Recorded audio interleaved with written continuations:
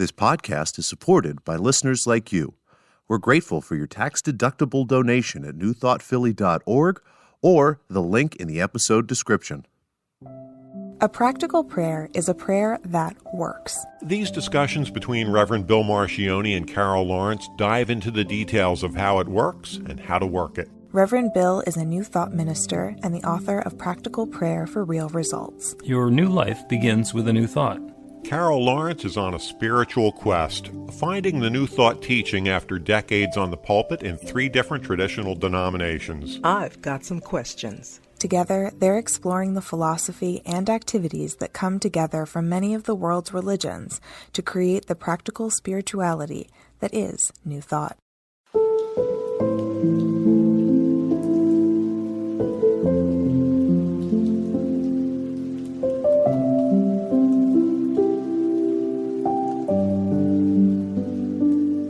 Welcome to the Practical Prayer Podcast. I'm Carol, here with Reverend Dr. Bill Marcioni. And you have a revolutionary topic that you want to discuss on the Practical Prayer Podcast. Yeah, sometimes I think about when I'm thinking of a subject, does it have to be exciting and, whatever. But this is just what it is. This is prayer. And of course, I know you're going to say it's all the same thing. It's about the one and all of that. And I get it. But, sometimes we put a little different label on it. Maybe I'll surprise you and I'll say something different than you thought I was going to say. I don't know if I can handle that. It's always possible that I will be enigmatic or surprising. Okay. We'll see. So yeah, and actually it's wonderful for us to talk about prayer in the Practical Prayer Podcast because practical prayer is a different form of prayer than, as you refer to it, conventional prayer. And there's a lot of ways to say what it's not. There are a lot of different ways of describing what it is: affirmative prayer, scientific prayer, positive prayer, not prayers of supplication or addressing separation. But without getting into all of that stuff, which we've trod upon before, what's piquing your interest today as we talk about prayer? Well, I know that I think all speech is prayer in the sense that when we say prayer is talking to God. And so I understand it in that way. Not talking to a God out there, by the way. I don't want to get us confused with that. But it's internal speech, and it's still prayer, and it's still working, and it attracts what it attracts, and that's a whole nother subject.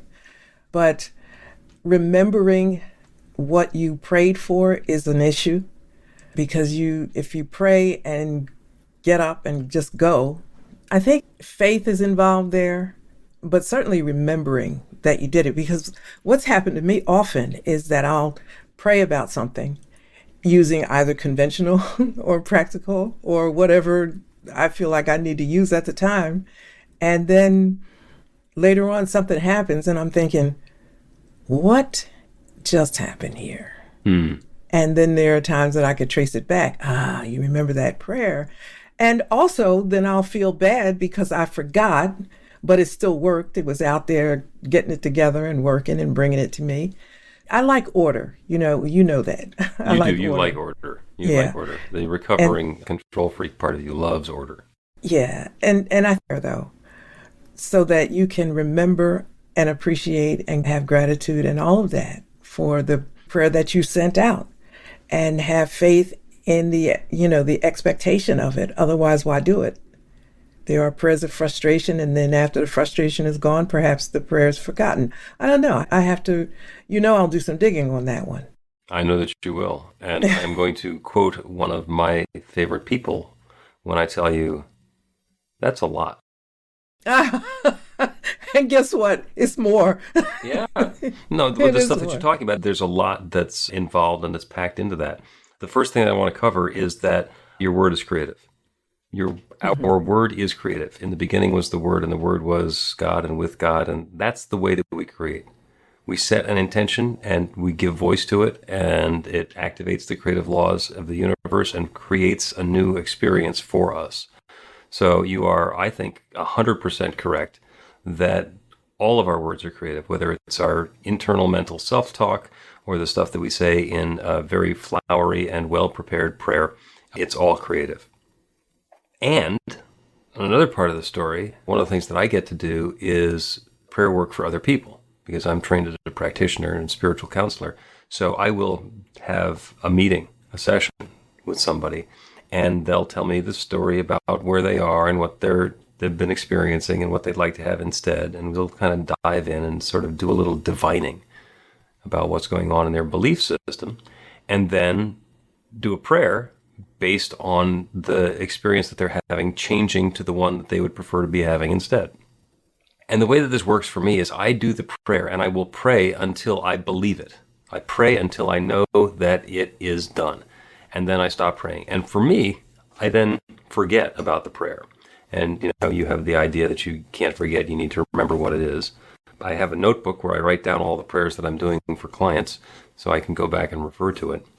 But the really fun thing that happens is sometimes somebody will come to me and say, Bill, that prayer that you did for me 2 months ago, it's spectacular. Here's the wonderful thing that happened. The person who showed in my life, or the money that arrived, or the great job, or the whatever they're talking about, this wonderful thing. And I'll think to a second and say, did you already tell me this story? Because this is all really familiar. This is all, I've heard and I've seen this before. And then I realize I set the intention for it, believing in the prayer. And what I'm remembering is the faith that I had that it was done. And so I'm remembering the input to their unfolding rather than the story that they're telling me of how it finally came out. So, and that's just fun for me. And that happens a bunch of times. People are just ecstatic about something cool that happened and they want to share it with me. And I think they already told me. So that's interesting, because then you're the one who's offering the prayer on somebody else's behalf. Yes? Yes. Mm-hmm. And you're praying until you believe it. Mm-hmm. And it's out there working. Mm-hmm.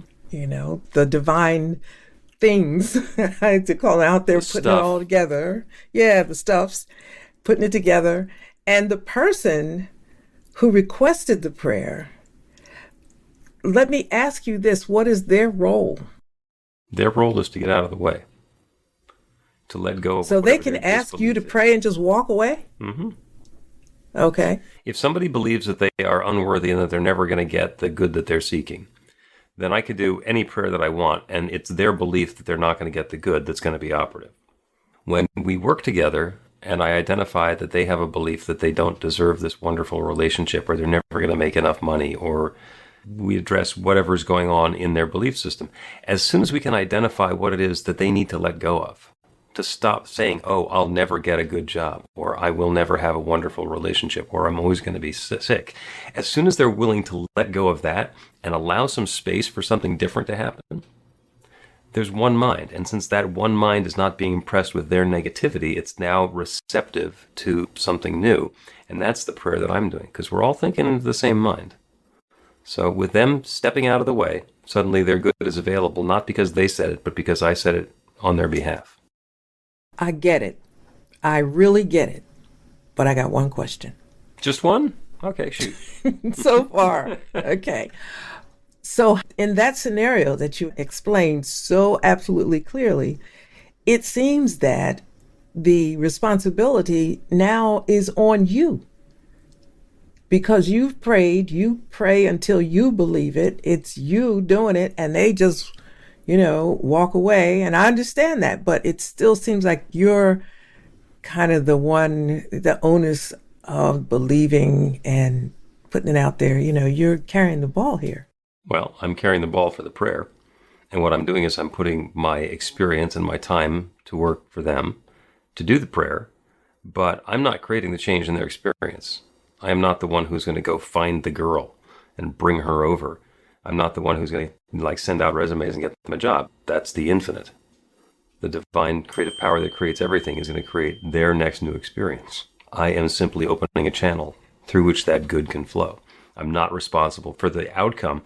I'm only responsible for the prayer and joining with them and setting the intention. Does that make sense? It does. It does.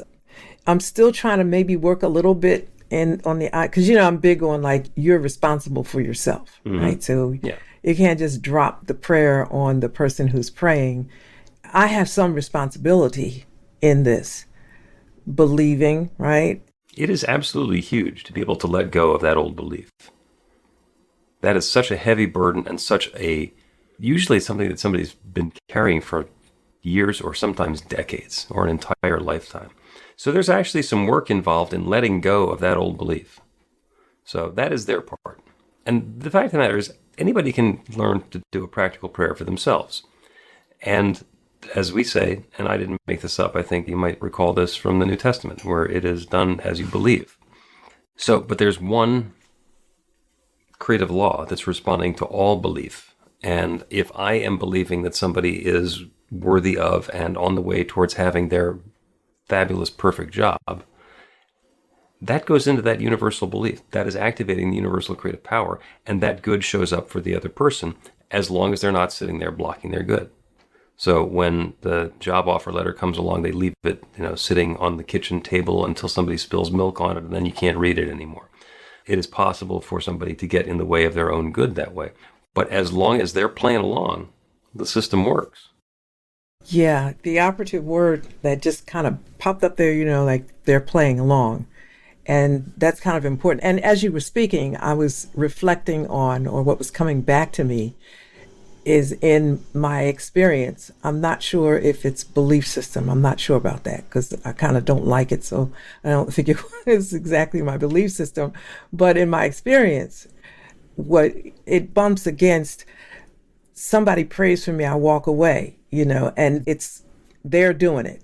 And I do believe that I have some responsibility, even though you and I meet and you're doing what you do, I have a responsibility to remember, to not get in the way, to have faith, and when I see the evidence, get on it. Mm-hmm. Yep. And that's what I mean when I say I do have some responsibility with it. Oh, absolutely. And one of my favorite prayers to do is that we are divinely guided to take each next perfect step. So I'm not sure where I'm supposed to be going or what I'm supposed to be doing next. But the prayer is for that guidance to show up and tell me what that perfect step is and to take it. Yeah. To have the perfect step be revealed and just look at it and say, oh, look, a perfect step, and not do anything doesn't work. So there is the responsibility of the person who's being prayed for. They got to be willing to step into a new life. And a lot of times that's the conversation that we're having ahead of time. Somebody wants to have a wonderful, committed, loving relationship with somebody to spend the rest of their life with. Okay, is there room for their clothes in your closet? Oh, no, I'm really comfortable with my house set up the way that it is. Well, you don't have room for somebody else. So until there's not room in your house, there's not room in your consciousness, and all the praying in the world is not going to bring them around because they're going to come by, there's not going to be space for them, and they're going to keep going. Yeah. And I guess that's what I call the work. In that sense, there is absolutely work to do. We need to be ready to receive the good that's coming our way. Yes. When I pray for prosperity with somebody, I sometimes tongue-in-cheek ask them to call their banker and make sure there's room in their account for more money. Whatever it takes, I think, because with prosperity and so forth, there are times when I'll think, wait a minute, check your habits and make sure. And sometimes that means for a time when I was trying to change some things, my part to do was to check my bank account every single morning. Maybe out of nowhere, several zeros will come up. Fine, I don't mind that. But the more practical part of it for me was you can use your card without thinking. You did this, you did that, and don't remember. Right? And so checking it every day, there I did find things, oh, I forgot I did that, which helped to change behavior. So I guess that's why I'm really big on what is it that's my part to do. I think God certainly has a part, the divine powers and all of that bring the component parts together, but I can't just go away and think it's going to be like magic. I do have my part to do. Absolutely. We get to do our part, and we need to engage with that new experience we're going to be having. If the prayer is for prosperity and there's somebody who's broke and, they want to be wealthy and prosperous, at some point you get to address the question, all right, when I have more money than will be covered by the FDIC insurance, do I need to get a second bank? And for somebody who's broke, they're not thinking about that. Right. But it's still a question that's out there. And in order to embody that wealth and prosperity consciousness, those are the sorts of questions that we get to answer. Where am I going to put my lover's clothes? When I'm healthy and fit and vital, what am I going to do with this body that I haven't been doing already? Do I just want to look good so I can sit on the couch looking good? Or do I actually want to go out and run a 5K? There are choices to be made, and there's follow-through to happen. Let's take a break, and then we will continue talking about prayer.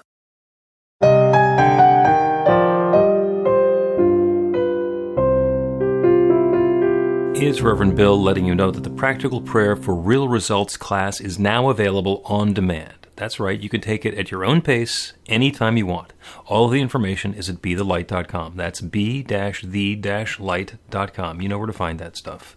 The class is 5 lessons, broken down into 18 modules, and you can take them at whatever pace is comfortable for you. As you work through the process, it starts out with the theory, goes into the practice, there are experiential activities and exercises, and at the end of the program, you will wind up with an understanding of how practical prayer works, and a practical prayer for yourself that will work to create transformation in your life. And as you know, it works for everything.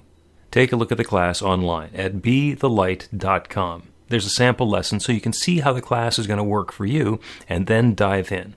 The great news is it's on sale now. You can register and save $20 off of the regular price. I'm looking forward to seeing you in class.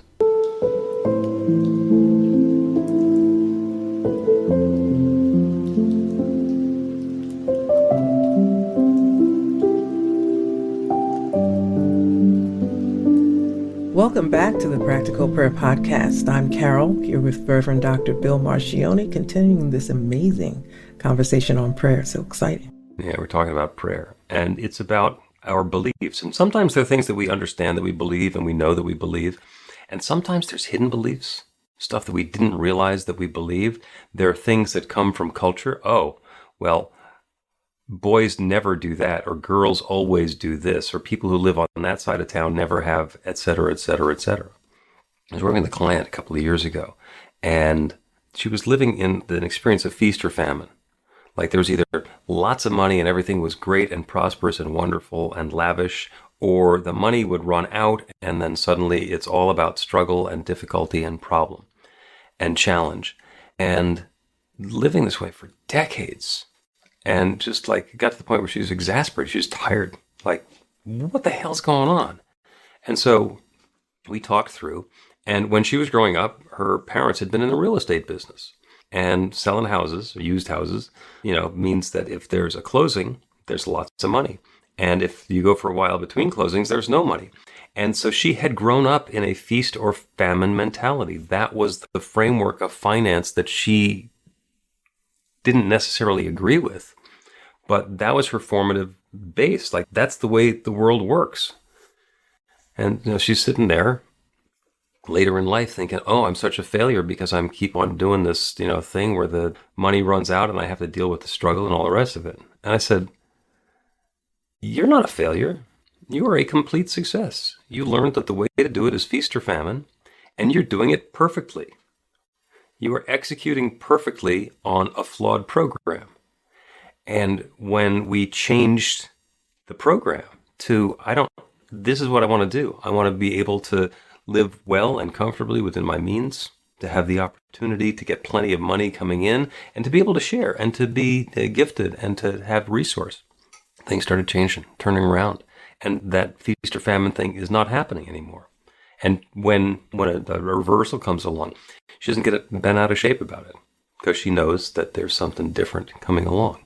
So that's when I talk about a false belief or a hidden belief. It's those things that are so ingrained in us that we never think of. Yeah. And, there I go back again, with work, you got to dig it out. When you see it, when you recognize it, in my experience, I'll say this, because I do have a bit of trouble saying what somebody else should do. But in my experience, as soon as I catch it, even if it's a notion, and sometimes that's all it is, it's like a real quick flash of a notion, I'll say, whoops, wait a minute, and I'll stop and go back and think, what was that thought? Is that it? And very often it is one of those hidden beliefs, little small thing like that. And when you were talking, I remembered my father was a realtor. we didn't have feast or famine because he was a realtor and my mom had her thing. So, it was always pretty steady. But I did recognize when there had been a settlement. Yeah. I did. And surf and turf. And my father was he was very much a finance person, and he would take time to make sure you understand how to keep balance so that no matter what's happening. But there are other areas that crop up like that where that balance was not there, in my thinking or belief. And I'm amazed at what's in our belief system, no matter how small we think it is or far back, it can just really dictate how our level of faith in what we're doing or asking now. That just kind of blows me away. Yeah. There's really, really good news, too, that we have a system available to us to show us what we believe. What's in our belief system is not hidden from us, because if it's done unto you as you believe, then the way your life is going is a reflection of what you believe. The tongue-in-cheek saying is that your life is a 100% scale topographical map of your belief system. Yes. Can we just say that is such a scary thing? It's a reality. It's the truth, But when you look at it, that's one of those things that will change your life on the spot. So listen, I got to do something different right here. I did this? What do you mean I did this? Oh, and people usually, as soon as we cover that, it's like, well, you're saying that it's my fault? I'm to blame for what's happened in my life? Well, no, I'm not saying it's your fault or you're to blame, but there's only one person who has accountability for this, and that's you, which is good because nobody else needs to change their mind in order for the experience to change. It's all an inside job. We get to change our belief, and we get to look at the life that we've been living and say, that's what my belief is giving me. How's that going? Am I happy with that? And it's just I keep using the term turning point, but it's sobering, I think. It doesn't have to be a turning point because you can continue the way you are, but certainly it's sobering to look at it and think, well, now, okay, this is pretty deep. And what do I have to do? Right. And I always think that it's okay to say it takes time, because it took time to come this way for this scenario to be created. And so you look at it and think, yeah, okay. So, and undoing something takes a bit of time because there's some other stuff in there too. I'm going to say that it can. There was a word that you snuck in a little bit earlier, and I just want to double back to that one, and then we'll talk about the time that it takes. And the word was should. You said you want to tell people what they should do. And I don't tell people what they should do. I tell people what they can do. Oh, and by the way, if you keep on doing what you've been doing, you're going to keep on getting the result that you've been getting. So if that's okay with you, go ahead and do that. Or you could do this instead. Yep. Or you can make this change instead. Yeah, because that's a loaded word. That's me telling somebody else what their behavior needs to change to. And it's not up to me.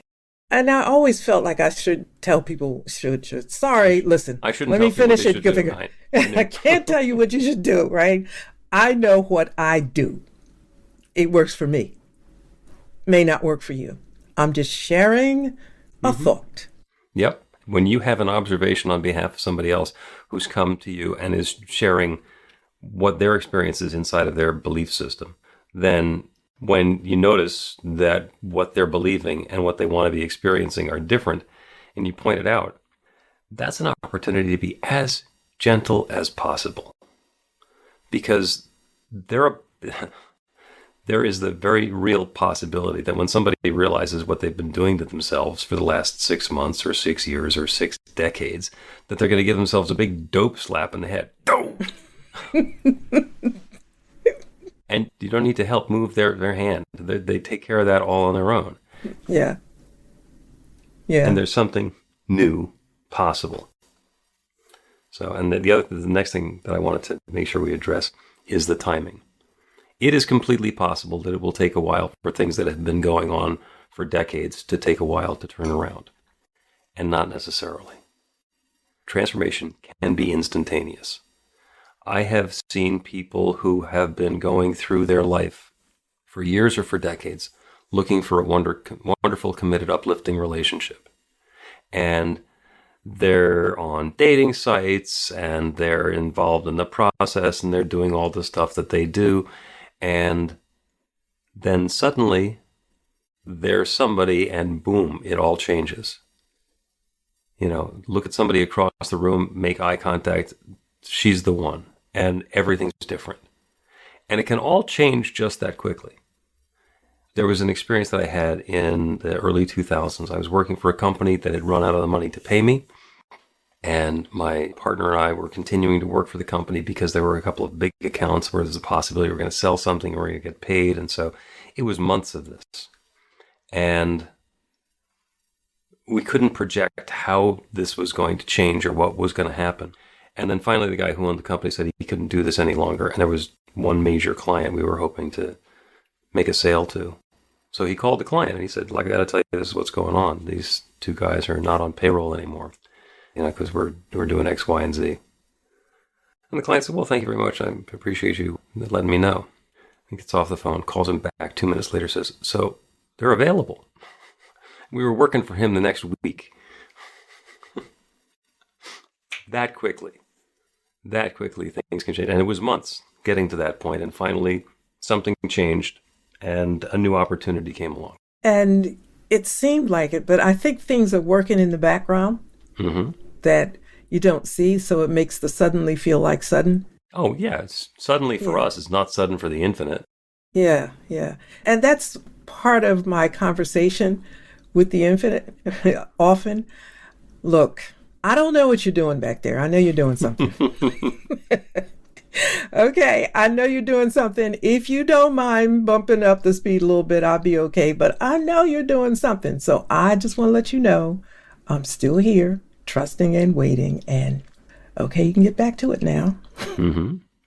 Whatever it takes. Yeah. And just for a practical perspective on that, I mean, we have no idea what it's like to be an infinite creative power that creates galaxies, this entire universe. What we do know from what the scientists tell us is that the universe has been in existence for 14.2 billion years. Life expectancy for a human, if you're really optimistic, is maybe 110, 120. So it doesn't matter. If it's happening inside of a human lifetime on a scale of 14.2 billion years, it's like that. So instantaneous for us and really slow for us is about the same for the infinite. So yeah, it's not like we're going to be changing the laws of physics in order to get something promptly in our experience. It is all possible. That yes can be answered with a yes, and it can show up before we're even finished with the request. We set the intention and boom, suddenly there it is. Which is what helps me with the idea that it already is. So just be grateful for it. And I'm just waiting for it to show up because it's already there. That helps me not to worry about, am I doing something wrong? Do I need to do something else? Because that's a rabbit trail. So what it takes to make this happen is already in motion. It happens so often. I can just point out how many times in my lifetime that Spirit has not asked my opinion. Or what how I'd like to see it work out, the details work out. So, I just trying to go with it and be, A lot of times as we're digging into our belief system and figuring out what it was that's been causative in our experience, it's like digging through our dirty laundry. And we're going through and we're finding all the smelly stuff that has been affecting our lives and where this particular stench or look has come from. We unpack all of this stuff and we get it laid out and we understand, this is where the problem is. And then just by force of habit, we take all the stuff and we put it back in the basket and continue carrying it. And that's not helpful. What we get to do is look at where we've been, have a new thought, leave what's no longer serving us behind, and then step into something new. Let us take another break. And when we come back, we're going to do a prayer. And the prayer is going to be knowing that our good is at hand. Get inspiration in an instant. God calls are the gentle and uplifting moment of truth to help you remember that the bright light of God's love is shining right now as you. It's your God Call with Reverend Bill. Start your 2-week free trial today, and you'll get a phone call 4 times a week from Reverend Bill with an uplifting half-minute message filled with insight, wisdom, story, and fun. Let your light shine. You can answer the call to listen to it live or let it go to voicemail so you can hear it later. After the free trial, your subscription is just $5.95 a month. The details are at godcall.org. God calls are disruptive, intentionally. Whenever you write something, put on a gold star. They take you away from your routine to remind you about the truth of who you really are. They come at random times between 8:15 a.m. and 6 p.m., so you won't be expecting them. And somehow, the message is exactly what you need to hear at the time. Magic is loose in the world. It's a moment of motivation in the middle of your day. Find out more and start your 2-week free trial now.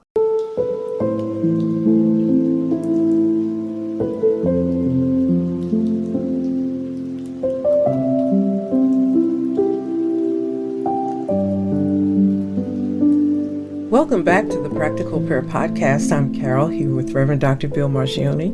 And it's time to pray.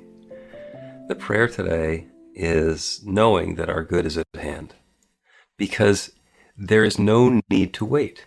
There is no reason for delay. There is no reason for suffering or anguish. There is no penance or penalty that needs to be paid. Once we are open to that newness coming into our experience, our good is at hand.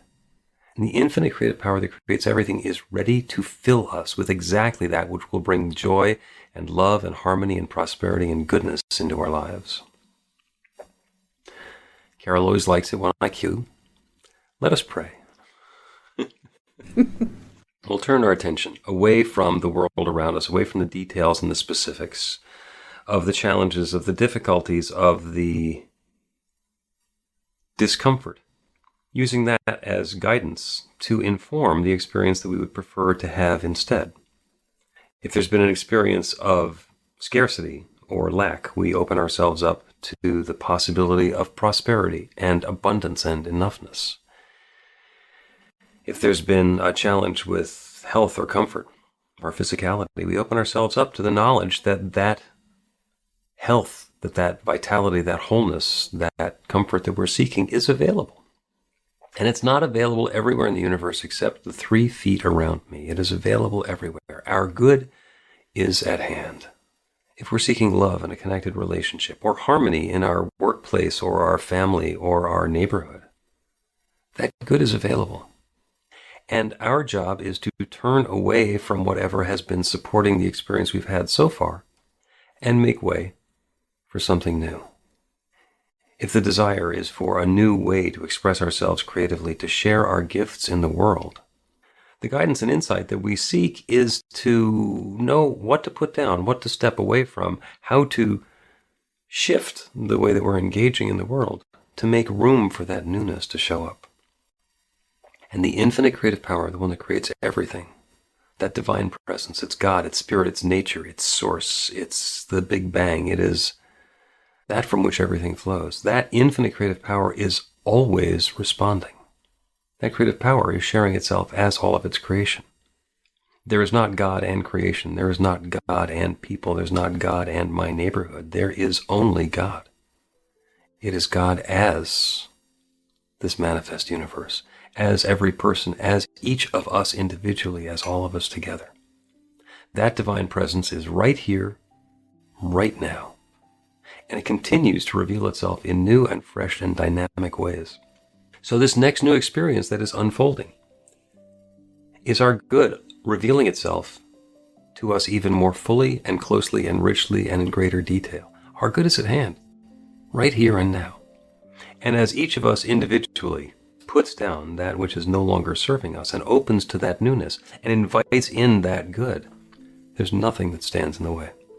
That infinite power is always working.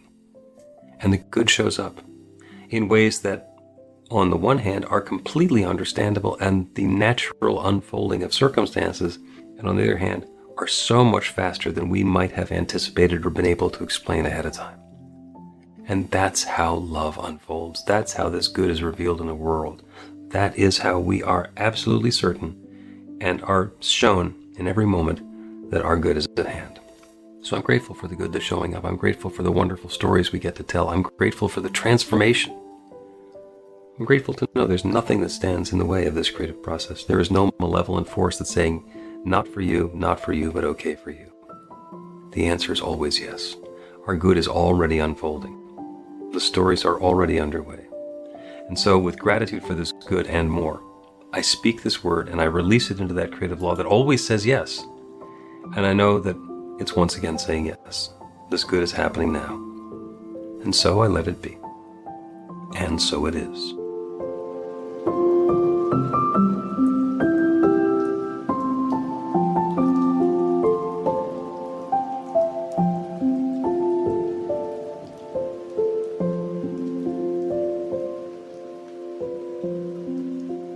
The Practical Prayer Podcast with Reverend Bill Marcioni and Carol Lawrence is a production of BeTheLight.com. be-the-light.com, where you can find more information about practical prayer for real results. Our theme is by Music of Wisdom.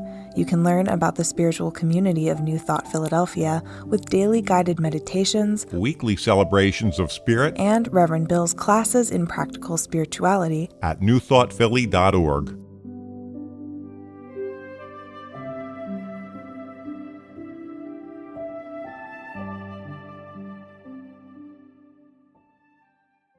This podcast is supported by listeners like you. We're grateful for your tax-deductible donation at newthoughtphilly.org